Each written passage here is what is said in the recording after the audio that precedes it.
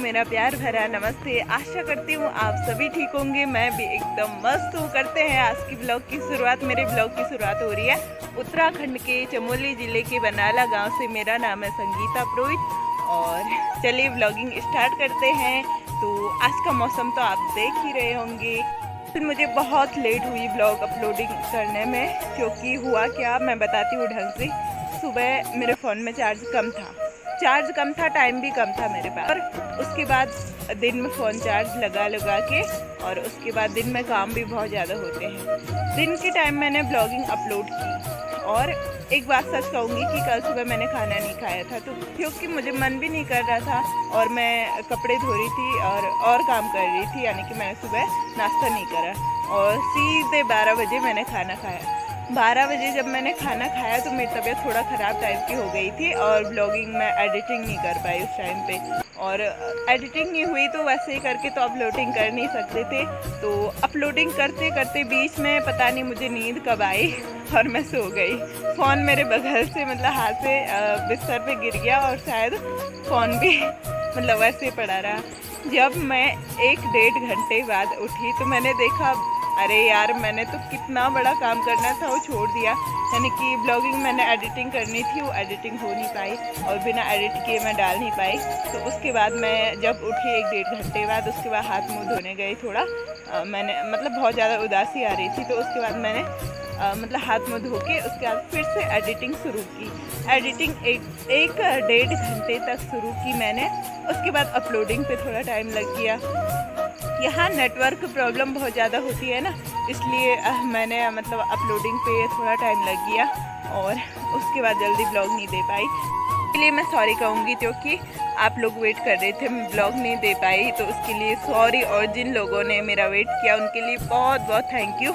और मुझे बहुत अच्छा लगा कि आप लोग भी मेरे ब्लॉग का वेट करते हैं। और जैसे कि मैं उतनी बड़ी ब्लॉगर नहीं हूँ, लेकिन आप लोग मेरी मतलब मुझे भी मानते हो, मेरा ब्लॉग देखते हो, मुझे बहुत अच्छा लगता है, कसम से कह रही हूँ।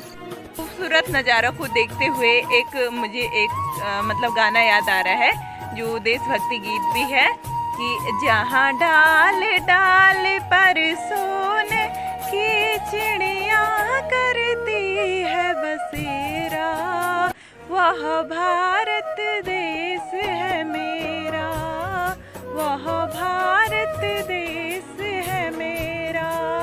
जहाँ सत्य अहिंसा और धर्म का पग पग लगता डेरा, वह भारत देश है मेरा।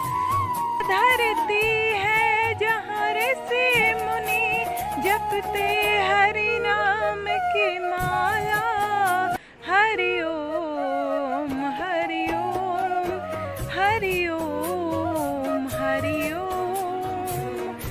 यहाँ हर एक बालक मोहन है और राधा एक बाला, हरि ओम हरि ओम हरि ओम हरि ओम। छोटा सा गाना है और ये तो आपने सुना ही होगा, जिसने नहीं भी सुना है तो सुन लेना, मैं सुना रही हूँ तो जैसा भी लगे।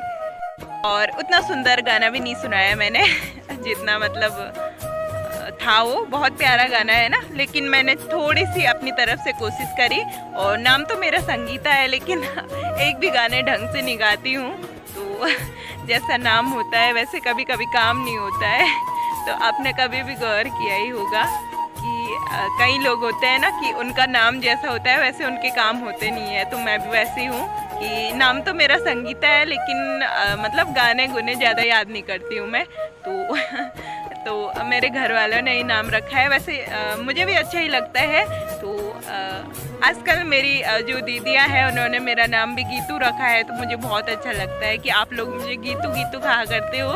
तो बहुत ही अच्छी फीलिंग आती है अंदर से। पहले पता है मेरा छोटा नाम था ही नहीं, लेकिन आप लोगों ने रख ही दिया, तो बहुत अच्छा लगता है मुझे कि मेरा नाम गीतू रखा है और बहुत अच्छा लगता है।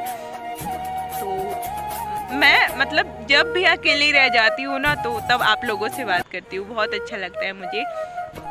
और कई लोग होते हैं ना डिमोटिवेट करने वाले, तो आप लोगों ने ठीक ही कहा कि उन पे ध्यान नहीं देना है। सही कह रहे हैं जो लोग यानी कि आगे बढ़ा नहीं सकते, डिमोटिवेट करने वाले भी वही होते हैं ना, कि जो लोग हमको आगे बढ़ा नहीं सकते हैं। जो लोग आगे बढ़ाते हैं ना वो ऐसा कभी बोलते भी नहीं है। जो लोग मतलब हमको कभी कभी हमारी जो होता है ना कि शुरू में हम कभी कभी बोल नहीं पाते हैं। जब मैंने मतलब शुरू ब्लॉगिंग स्टार्ट करा होगा तो होता ही है, कुछ गड़बड़ी हो ही जाती है, इंसान हो आखिरी गलती तो होगी। तो कई लोग मतलब बहुत मजाक बनाते हैं, पता है इस ब्लॉगिंग जरिए में, मतलब ये यूट्यूब का जो जरिया है ना, मतलब वैसे हमें अच्छा तो लगता है कि हम ब्लॉगिंग कर रहे हैं, लेकिन कई बार ऐसा भी होता है कि हम बोल नहीं पाते हैं और घबराहट फील होती है। तो उस टाइम पता है, उस टाइम की जो ब्लॉगिंग होती है ना, सभी उस टाइम की मजाक उड़ाते हैं। अब तो मैं सीख ही गई हूँ, लगभग सीख चुकी हूँ, लेकिन पहले जब मैंने शुरुआत करी थी तो बहुत घबराहट हुई थी। और मतलब ये सोच के मैंने ब्लॉगिंग करना है कि सभी लोग देखेंगे इसको, हमारे रिश्तेदार से लेकर मेरे जो भी फ्रेंड्स, जो मेरी फ्रेंड्स होंगी, और मतलब पूरी दुनिया देखेगी इसको। तो मतलब होता है ना कि जैसे कोई मंच में खड़े होके बोलता है तो उससे घबराहट होती है, वैसे हमारे लिए भी एक यूट्यूब मंच जैसा होता है। इसमें हमें बोलना होता है बिना गलती किए, क्योंकि ना थोड़ी भी कहीं पे गलती होगी, आप में से कई लोग होते हैं मेरी गलतियों को मतलब इग्नोर कर देते हैं, कहीं पे मैं मतलब कुछ गलत बोल जाती हूँ, होता है कभी गड़बड़ी हो जाती है। जो लोग अपने होते हैं ना वो हमें सहारा देते हैं, इग्नोर कर देते हैं, मतलब नहीं मानते हैं ज़्यादा गलती। लेकिन जो लोग हमारा मतलब मजाक बनाना चाहते हैं उनको तो पॉइंट चाहिए ना, थोड़ा सा कहीं पे पॉइंट चाहिए कि कौन मतलब क्या गलती बोल रहा है, तो उसके बाद उसका मजाक उड़ा देते हैं। जो लोग अपने हो के भी हमारा साथ न दे, वो लोग अपने कहाँ से हो गए। मतलब ऐसा नहीं होता है यार कि वो अपने लोग हैं और वो हमारा मजाक उड़ा रहे हैं, मतलब सिखा नहीं रहे हैं। मजाक उड़ाना और सिखाने में बहुत फ़र्क होता है, मतलब समझाने और बेइज्जती उड़ाने में बहुत फ़र्क होता है। हम कितना भी अच्छा कर ले, जो बेइज्जती उड़ाने वाले होंगे ना वो कभी भी हमारी बात को अच्छा नहीं मानेंगे, हमेशा नकारेंगे उसको। हमारा सपोर्ट करने वाले होते हैं ना वो हमें समझाते हैं कि तुम यहाँ पे गलत बोल रहे हो, अच्छे से बोलो, प्यार से बोलते हैं, और मतलब हर बार कमियां नहीं निकालते हैं, कहीं पे हमारी मतलब तारीफ़ भी करते हैं, और कहीं कहीं पे प्यार से समझाते हैं, और मतलब अच्छा भी लगता है। उसको बुरा नहीं कहा जा सकता जो लोग हमारे भलाई के लिए कह रहे हो, जो लोग मतलब हमारी भलाई के लिए सोचते हैं। मैंने कभी भी गौर किया है वो हर बार मजाक नहीं उड़ाते हैं, हर बार नकारते नहीं है। हमने कोई अच्छी सी वीडियो बनाई है उसके लिए बहुत मतलब अच्छा भी कहते हैं, उसको नहीं कह सकते हम कि इसने मतलब हमें मजाक उड़ा रहे हैं। मजाक उड़ाने वाले लोग अलग ही होते हैं, हम कितना भी अच्छा कर ले उनके सामने पता है भगवान भी उतर आए ना तो वो ये नहीं सोचेंगे कि भगवान ने सही किया है, वो भगवान के काम को भी नकारते हैं। जैसे दुर्योधन था ना, दुर्योधन भगवान कृष्ण पे हमेशा कमियां निकालता था, और जो शिशुपाल है ना उसने मतलब जो भगवान कृष्ण पे है हमेशा उनको गालियाँ ही दी थी, और भगवान ने 101 गालियाँ मतलब 100 गलतियाँ माफ़ करके 101वीं गलती जो थी उसके लिए दंड में शिशुपाल का मतलब वध कर लिया था। तो मतलब जो ऐसे लोग होते हैं ना, ये लोग मतलब शिशुपाल जैसे ही है जो कि दूसरों पे गलतियां निकालते हैं। क्या भगवान कोई गलती कर सकते हैं? मैं ये नहीं कहती हूँ कि मैं भगवान बन गई हूँ, नहीं, ये गलत बात है, हम उनकी चरणों की धूल के बराबर भी नहीं है। लेकिन अगर हम गलतियाँ करते हैं तो मतलब वो सबको दिखता है, सब कहेंगे उसमें, लेकिन हमने एक जगह पे बहुत अच्छा काम किया और फिर भी गलतियाँ निकाल रहे हैं, फिर भी गलती हमें डिमोटिवेट करते रह रहे हैं, तो अच्छा नहीं लगता है ना। तो मैं अपनी बात नहीं कर रही हूँ, आपकी भी कर रही हूँ। अगर आपको लाइफ में कोई भी बार बार नीचा दिखाने की कोशिश करें तो आप भी जवाब ज़रूर देना प्लीज़, क्योंकि अगर आप वहाँ पे चुप रह जाओगे ना, बार बार अगर कोई आपको ताने सुनाएगा, आप उसे एक बार जवाब नहीं दोगे ना, तो मतलब वो इंसान जो है आपको हर बार गिराता रहेगा, हर बार गिराता रहेगा। तो एक बार उनको जवाब देना बहुत ज़रूरी होता है, भले हम बार बार जवाब न दें, लेकिन एक बार देना बहुत ज़रूरी होता है। पे आप देख रहे होंगे बहुत सारा कुंजा हो रखा है। क्या आपके इधर भी कुंजा होता है? हमारे इधर तो बहुत ज़्यादा होता है। और पता है बचपन में जब हमारी उंगली कट जाती थी कोई, तो हम इसे ही ढूंढा करते थे जगह जगह, क्योंकि इतनी अच्छी औषधि होती है कि कहीं पे कट जाए ना तो खून का थक्का नहीं बनता है, खून बहता रहता है। तो इसको लगाने से वहाँ पे बहुत जल्दी से खून का थक्का बन जाता है और खून बहता नहीं है बार बार। तो ये इसको हमने बचपन में ढूंढा है। तो जब जब हम पे चोट लगी है तो इसे ही ढूंढने जाते थे जंगलों में कि इस समय तो ये घर के नज़दीक ही हो जाते हैं, लेकिन पहले इधर साइड नहीं होते थे, हमें बहुत दूर दूर से लाना पड़ता था। जब कई बार ना हमें जैसे गर्मी हो जाती है, अपनी बात नहीं कर रही हूँ, कभी कभी गाय भैंस जो होते हैं उनको गिलाई दी जाती है। तो कभी कभी ना उनको गर्मी हो जाती है तो उनको गिलाई कूट के दी जाती है। और मतलब घरों में जो है ना कभी भी दवाई की ज़्यादा ज़रूरत नहीं पड़ती है, क्योंकि जैसे दवाई जो होती है ना, जैसे हमारी तबीयत ख़राब हो रही हो तो हम जैसे हल्दी कूट के दूध में डाल के उसे पियेंगे। और सर में लगाने के लिए जैसे घर का जो तेल होता है उसका यूज़ किया जाता है। और जैसे बहुत सारी ऐसी चीज़ें होती है कि हमें मार्केट से लाने की ज़रूरत ही नहीं पड़ती है, कभी कभी सब्जियां भी घर में ही हो जाती है। और यही फ़ायदे होते हैं गांव में रहने का कि कई चीज़ें अवेलेबल हो जाती है। मतलब गांव में बहुत कम खर्चा लगता है, बहुत कम खर्चा लगता है। और मतलब थोड़ी सी स्कूल नहीं होती है और थोड़ा हॉस्पिटल भी दूर होते हैं, इसलिए प्रॉब्लम होती है। नहीं तो गांव में बहुत अच्छा रहता है, वैसे शांति माहौल रहता है। बातें ना बोली नहीं जाती है, केवल महसूस की जाती है। और मतलब कभी कभी ना हम हद से इतना ज़्यादा, मतलब हद से भी ज़्यादा सह लेते हैं कि बोल ही नहीं पाते हैं। मतलब शब्दों में उसे बयां नहीं किया जा सकता जो हम पे बीती हुई होती है। और कभी कभी कुछ ऐसा बहुत अच्छा होता है कि हम शब्दों में नहीं बोल पाते हैं, है ना।